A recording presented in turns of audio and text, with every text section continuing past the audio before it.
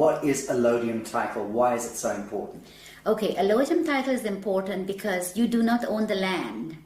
They tell you it's freehold, but it's not freehold. The land is owned by the Crown.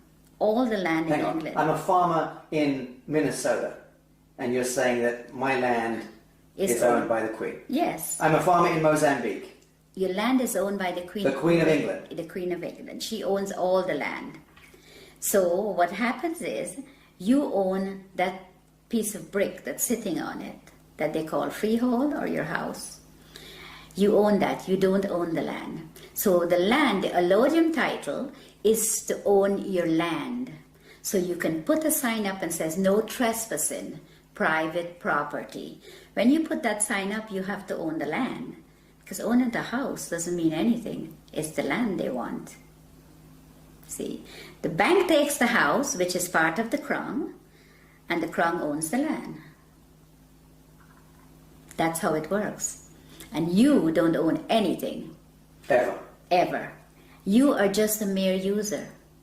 So long as you are acting as your straw man. Now, when we reclaim ourselves from this fiction, and we do it as a people, many of us do it, what then do you see? How do you see the dissolution of government, the dissolution of this behemoth, this Molochite monster that has taken over our lives, indentured us into bonded slavery all around the world, 7 billion souls, owned and controlled, indentured to a couple of hundred National Reserve banks themselves, indentured into the Bank of International Settlements, that controlled through the US Treasury, the Federal Reserve, the IFC, the IMF, the World Bank, and so on, back to the Crown of England, and behind that, the Vatican.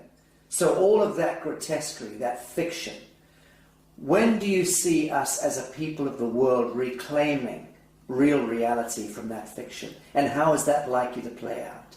I think if people get to know and they come together, it doesn't take hundreds of millions.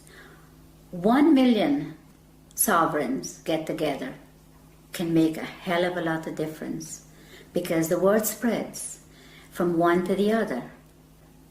Once people get to know the law, what they're under, and what they're doing to them, and how they're making... You see, they make things to distract you, like the news and all this fake, all this stuff, television, and this is what they do. So once people can get together, if 100 people go to the bank and all keep taking out £100, before the end of the day, the bank will close. It's very simple if people get to understand what's going on. And it will be good for them to know, because we need to stop this. We need to stop what they're doing to people, hurting people for no reason, put people in poverty.